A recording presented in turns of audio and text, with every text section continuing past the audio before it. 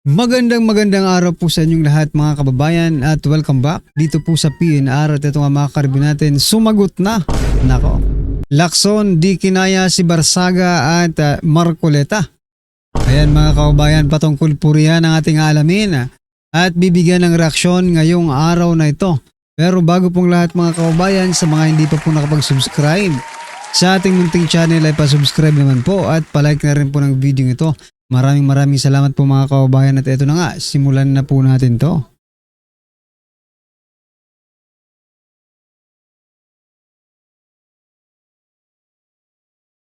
So yan mga kababayan, bago po natin simulang i-play ang video ito, pasadahan po muna natin ang mga nagte-trending na mga balita dito po sa mundo ng social media at unahin na po natin ito.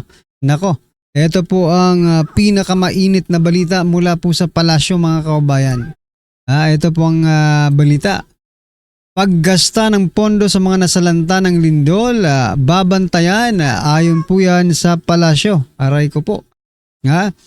Titiyakin ng palasyo na magagamit sa tama ang pondong inilaan para sa mga lokal na pamahalaan sa lugar na apektuhan ng lindol. Ayan.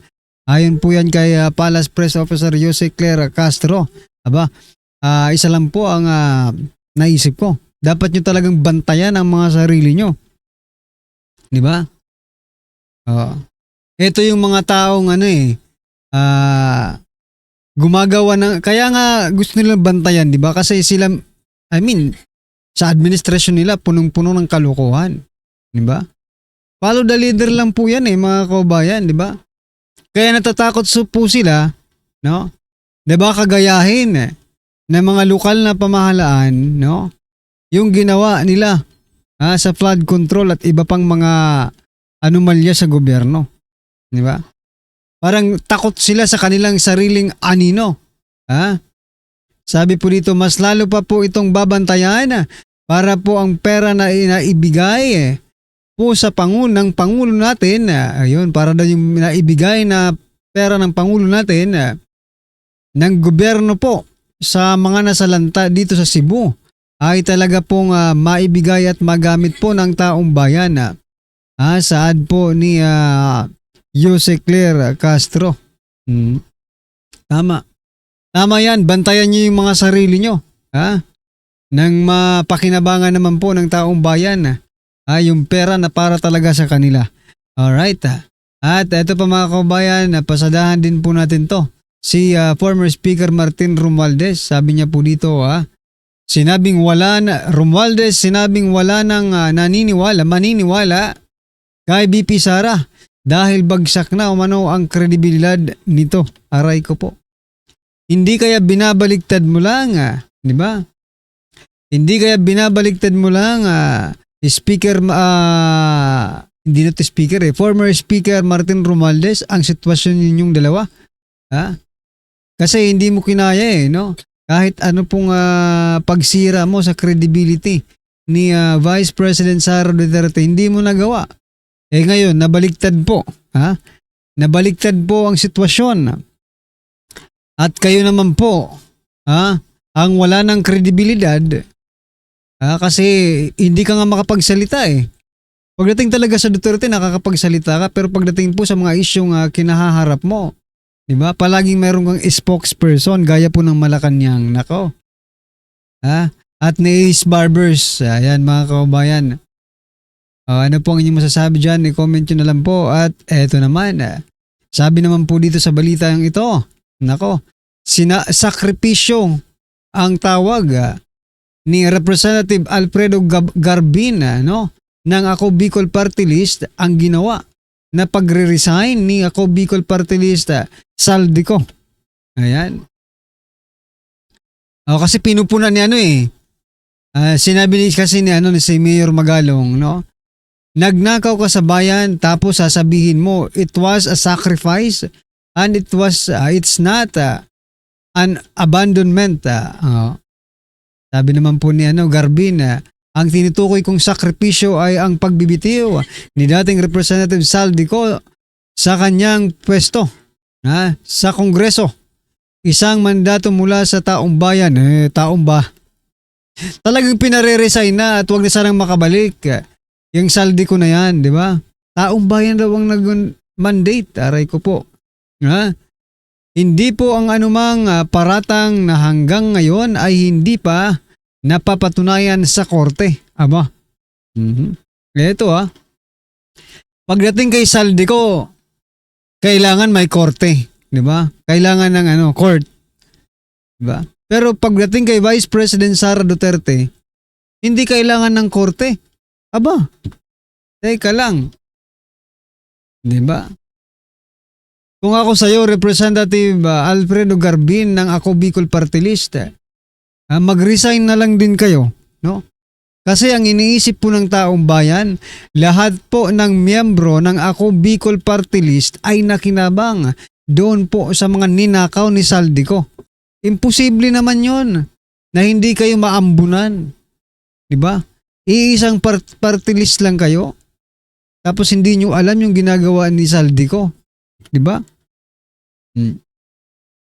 O yun nga mga karibin natin yun nga yung pinupoint at kanina. Pagdating kay Saldico, kailangan mapatunayan muna sa korte. Pero pagdating po kay Vice President Sara Duterte, no? Kahit wala silang ebidensya, tinatapos na nila agad sa Kongreso pa lang. Pinagmumukha na nilang masama si Vice President Sara Duterte without even magkaroon ng trial sa korte. Pero pagdating po kay Saldico, kailangan munang mapatunayan sa korte, no?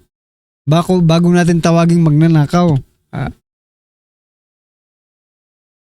Ano po ang inyong masasabi dyan? At eto pa mga kabayan, eto naman. I-zoom in natin Sabi po dito sa News 5, Lacson versus Barsaga.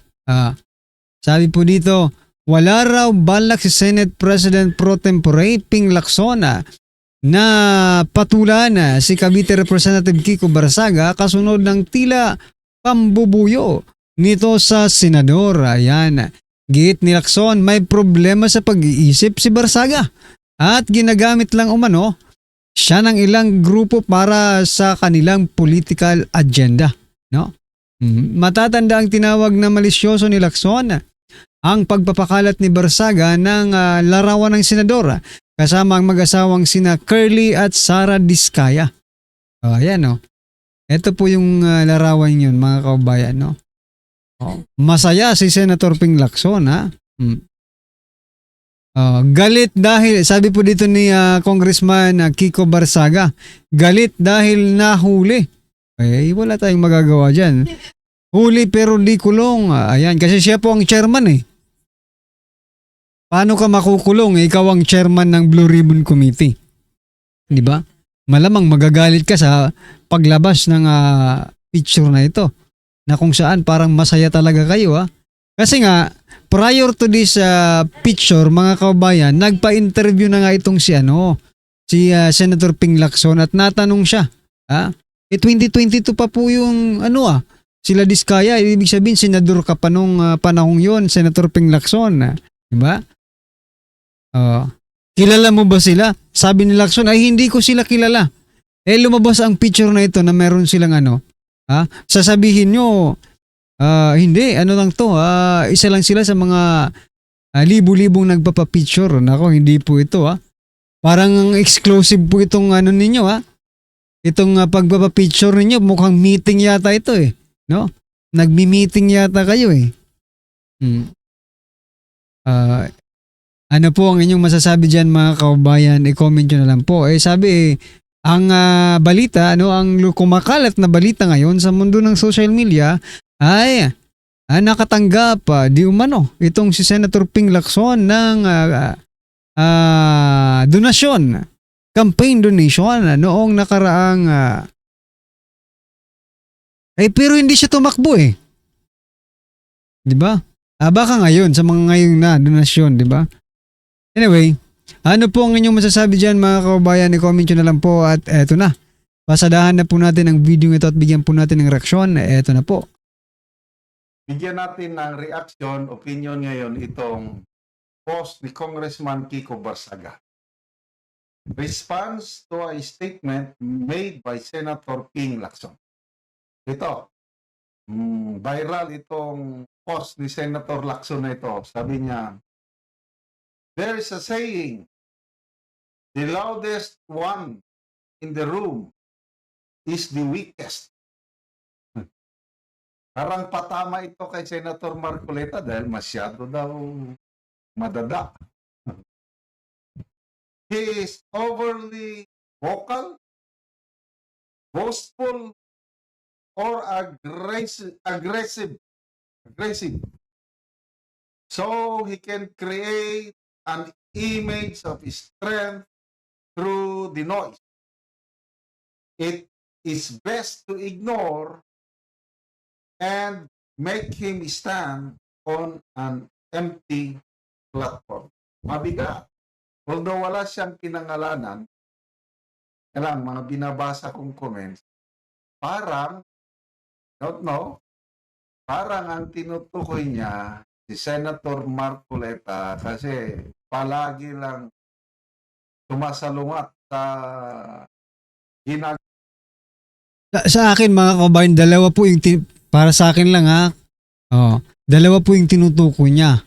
Si Senator Rodante Marcoleta sa upper house sa Senado at diyan naman po no sa lower house sa House of Representatives ay si Congressman Kiko Barsaga kasi napakaingay rin ni Congressman Kiko Barsaga patungkol po sa mga korupsyon sa ating bansa. At tahasan niyang pinangangalanan, walang takot na pinangangalanan si Saldico, si Romualdez, even the president pinangalanan niya po, di ba? No. Kaya masasabi kong kung hindi man siya, abay, tinamaan rin si Kiko Barsaga. Di ba? Pero matapang matapang. Nagawa nila sa Blue Ribbon Commission. Kita nyo, palagi silang nagsasagutan. So ito, to the rescue na. Sa totoo lang, yung lahat na bumoto kay Senator Rodante Marcoleta, hindi sayang ang boto natin. Hindi po sayang ang boto natin kay Senator Rodante Marcoleta. Kasi mga kaubayan, si Senator Rodante Marcoleta, hindi man ganon, no? Pero parang maihahambing na rin natin kay late Senator Miriam Santiago, di ba? Defensor, di ba? Tama. Kasi parang ganoon palaban ng palaban as long as nasa tama siya. Iba talaga pag pag alam mo yung batas, no? Kasi ang mga lawyer, sabi ni Senator Dante Marcoleta, ang mga abogado ay nag-iisip muna bago magsalita. Pero yung iba diyan, na abogado sa One Ball University, hindi nag-iisip, puro salita lang mga kababayan. Naman si Congressman Kiko. To the rescue. Okay. Sabi niya, response niya kay Ping Lacson. You underestimated the strength of the loud voice of the masses calling for justice. Do you honestly believe that you and Romualdez are stronger than the Filipino people uniting against evil? Patay ka ngayon. So, lumalabas, pabor si Congressman Barsaga sa pag-iingay. Actually, nag-iingay itong si Barsaga. Iingay doon sa loob ng kamera, meow, meow, meow, meow, meow, meow. Viral yung video na nilapitan niya sina Sandro Marcos at Karin. Hello, Sandro, kumusta ang kaso ng tito mo? Uy, wag ka dyan. Karin, ay hindi. Inatipa ko lang dahil yung cellphone niya tinututok sa mukha ko. Sabi naman ni Congresswoman Garin, palusot. Oh, maingay. Maingay itong si Barsaga. And I like him. In the same manner, maingay din si Senator Marcoleta. I like them both. sila ngayon nagsisilbing boses ng mamamayang Pilipino dyan sa both houses of Congress. Meron tayong magkolekta sa Senado at meron tayong Barsaga sa Kongreso.